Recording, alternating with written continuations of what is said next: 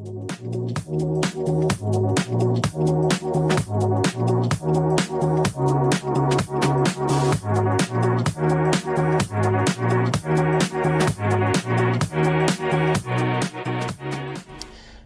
welcome back to the Children of Light podcast with me and Ethan. If you guys are wondering where the rest of our podcast episodes went, we deleted them due to the fact that we wanted to get a more in-depth study of the Word. And so with that being said, we're going to jump into Acts this time, and we're going to break it down to smaller chunks so that we could get in deeper. And this first episode is just going to be an introduction to the book. And so I'm going to start off with telling you guys about the author, the audience, and the date of the book. And then Ethan's going to jump into a little bit of background and the outline that we're going to use. So with that being said, let's jump into the author. The author is believed to be Luke. It doesn't actually say in the book, but there is strong evidence that it is Luke. One of those evidences being that both his gospel letter was written to Theophilus along with Acts. In Luke 1:3 says to the most excellent Theophilus he was writing to, and in Acts 1:1 it says he was writing to Theophilus. And then also we know that the person writing this had to be a traveling companion that was with him throughout all of his journeys. Paul's journeys, because Acts is a lot about Paul. And as we can see through Acts, Barnabas wasn't there for all of his journey, so it couldn't have been him. Couldn't have been Timothy and some others. Luke was one of the only ones that was with Paul, and wrote some of his letters for him when Paul couldn't write them. And so that is why the author is believed to be Luke. The audience, like I said before, is Theophilus. In Acts 1:1, he addresses the letter of Acts to Theophilus. We don't know much about Theophilus. Not much is explained. Besides in Luke 1:3, it says most excellent Theophilus, leading us to believe it might be some governing body of some sort. The date, we don't have an exact date, but we believe it's between the 60s and the 70s. Why we believe this is because Paul's imprisonment to Rome was around 62 AD, and since that's recorded in Acts, it has to be after that. But then the fall of the temple is in 70 AD, and since Acts is very much a history piece of literature, and it never mentions anything about the fall of the temple, more than likely it had to be before that. Otherwise, Luke probably would have written something about that. So probably mid-60s is kind of mid-60 AD is where we're looking about for the date of Acts. And so now to bring you some background, here's Ethan.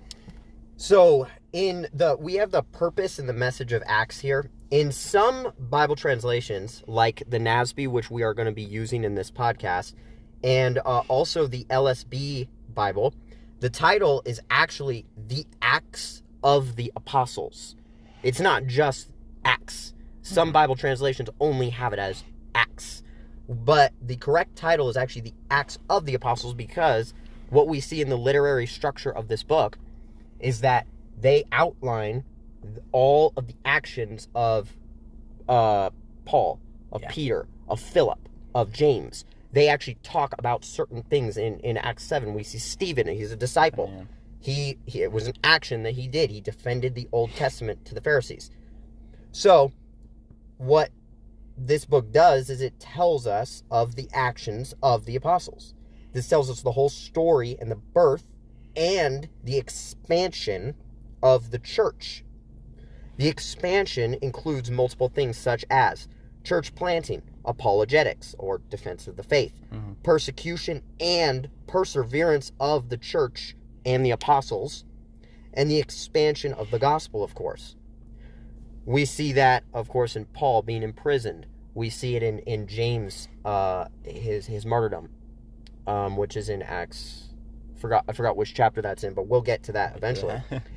One of the key words that we see in this book, it's the Greek word ecclesia, and it means assembly of citizens in secular Greek, or just simply an assembly. But we see it's used 23 times in the book of Acts, and it's used 62 times in the letters of Paul. And when Jesus uses it in the Gospels, it's only used 3 times, but he's referring to an assembly of people, referring to the assembly of the saints. That's what we see in the book of Acts. That's what we see in Paul's letters. That's what we see today. When we meet at church, it's ecclesia. It's assembly of the citizens. But as I did state, in secular Greek, it would be assembly of the citizens, not necessarily of the saints. But we use that term as assembly of the saints, because we're still gathering as brothers and sisters in Christ. And now, for the ending here, we want to go through the outline in which we're going to use, and we're taking this from a excellent overview book of the New Testament. It's called The Cradle, the Cross, and the Crown. And this book, I was going through it a little bit in my study of this, and it's the outline is fantastic, very, very in-depth, and we will be going through the chapters through the weeks that we're going to be in Acts using this particular outline. There are 7 points, and the 7 points have a lot of sub-points to them. So I'm going to name off the 7 main points, and then I will also list off just a couple of like the sub-points, like the ones that we're going to be getting to in the coming weeks. So the first point is the equipping of the church for its mission is in chapter 1 through chapter 2, verse 47. Then we have the second point, which is the early church in Jerusalem, which is chapter 3, verse 1 through chapter 6, verse 7. So a little bit of a longer section there. And then we have part 3, which would be the initial expansion, Stephen, Samaria, and Saul, which is chapter 6, verse 8 through 9:31, which is a little bit shorter. Then we have part 4. This is a little bit of a longer section, not too long.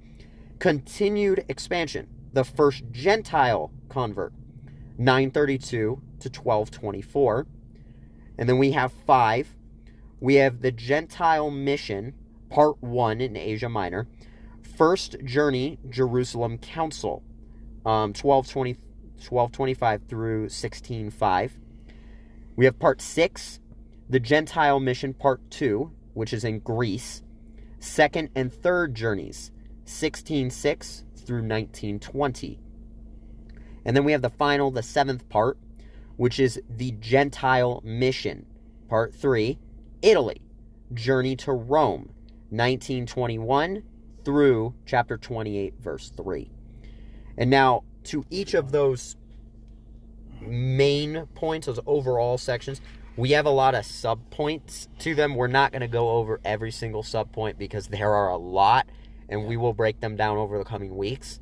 But for next week, what we're going to be getting into is what is titled as the preliminary steps, meaning the preliminary steps of the church and how it's going to start, and kind of not really quite there yet, more so what a summary of Jesus and the ascension. Yeah. So that's the preliminary steps that are mentioned here in verses 1 through 14 of chapter 1, which is a review of Jesus' ministry and instructions, and then the ascension of Jesus.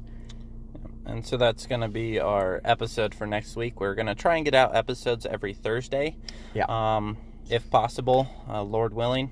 Yes. And so we're not going to be doing it chapter by chapter like we did previously, but we're going to kind of break it into section by section like Ethan was explaining. Be looking forward to those each Thursday. So with that being said, this first episode was just to give you a small little background to the book that we're going to be getting into. We really hope that you guys enjoy our study of this, especially as we come forward with a lot more detail and research to our studies to hopefully bring you correct. Yeah, more insight and very sound information instead of just a general overview of a book that we don't know much about ourselves. And so hopefully we could do better than our previous podcast. Yeah. And so, yeah, thank you guys for joining us in this journey, and we hope that you enjoy it. So have a good one wherever you're listening from and whatever time you are listening in from.